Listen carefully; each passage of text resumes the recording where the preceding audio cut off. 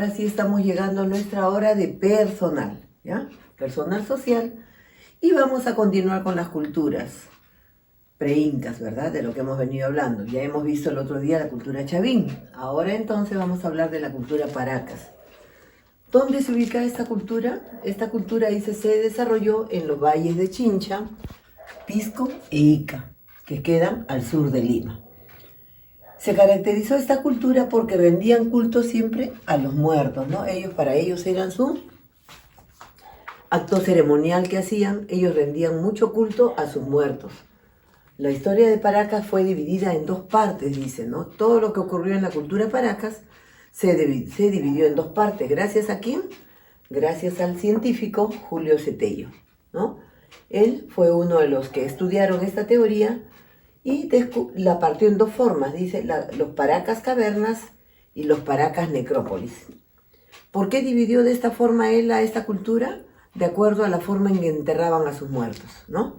Unos dice que utilizaban en forma de necrópolis y los otros en forma de cavernas.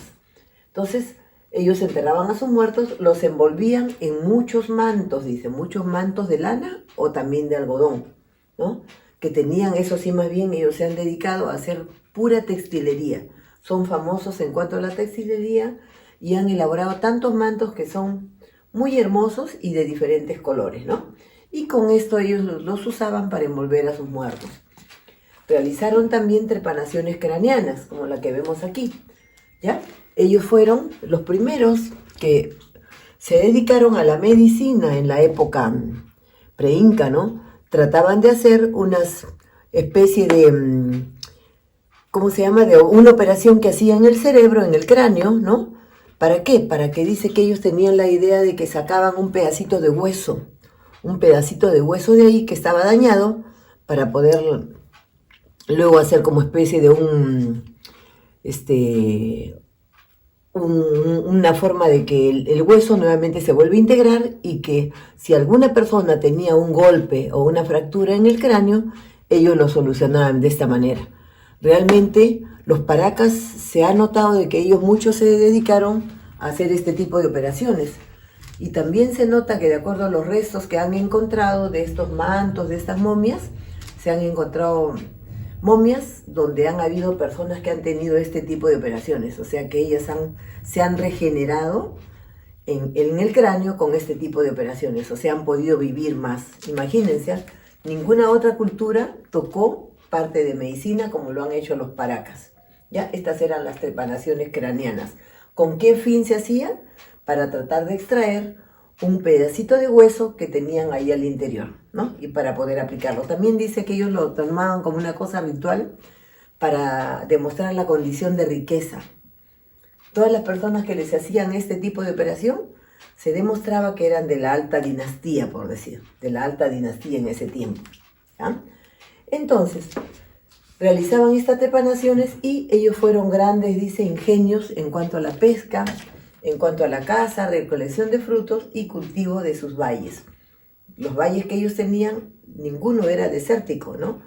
Estaban llenos de vegetación, se dedicaban mucho a este cultivo. Tuvieron hermosos textiles, como ya le dije, que lo utilizaban en sus fardos, que ahorita le voy a explicar. Y tenían costumbres raras, como ya les dije, ¿no? Las costumbres raras, como por ejemplo, de deformar el cráneo. Se sometían de frente a deformar el cráneo para poder extirpar un pequeño huesito, dice, como condición de riqueza que tenía ahí. Ahora, miren, hijos, en las momias, dice, ¿no? En las momias, la forma como enterraban ellos a sus muertos, ¿no? Se les llamaba en la parte interna, estaban los fardos funerarios. ¿Pero qué consistía? Por ejemplo, a nosotros nos van a pedir que nombremos cuáles son las partes de esta tumba donde se encontraban los muertos, ¿no?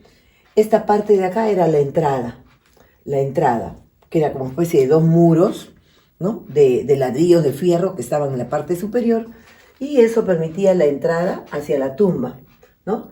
Habían pedazos, toda la parte de abajo, la primera parte era arena,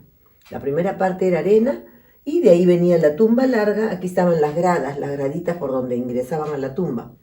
También, ¿qué utilizaban? Acá adentro estaba el manto, ¿no? Los mantos que utilizaban, que eran telas muy finas, telas finas y paños de algodón, dice acá, ¿no?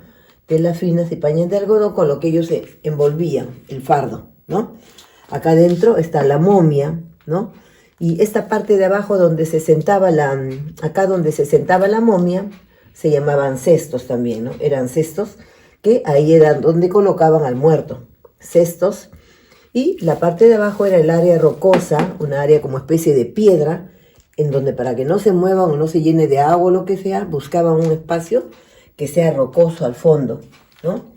Y a todo esto le llamaban fardo funerario. Miren, esta parte de acá afuera nosotros vemos que hay como especie de unas vasijas, hay platos, hay una especie de huaquitos que utilizaban los muertitos y ellos lo enterraban junto con sus pertenencias, ¿no? Como ya les dije, esta parte de acá es el cesto donde ahí ponían a sus muertos, ¿ya? Los cestos. Y bien, entonces hijos, miren, ya hemos conocido un poquito más la forma como los paracas enterraban a sus muertos, ¿ya? Los fardos funerarios, no nos olvidemos de eso. Bien, entonces vamos a solamente imprimir estas dos hojas, la imprimimos, ¿no? Las dos, y luego trabajamos en el libro la página 92 y 93. Muy atento a la explicación porque en una parte te van a preguntar sobre justamente estas partecitas de acá. Así que muy atentos. ¿Ya hijos? Muy bien, comenzamos a desarrollar.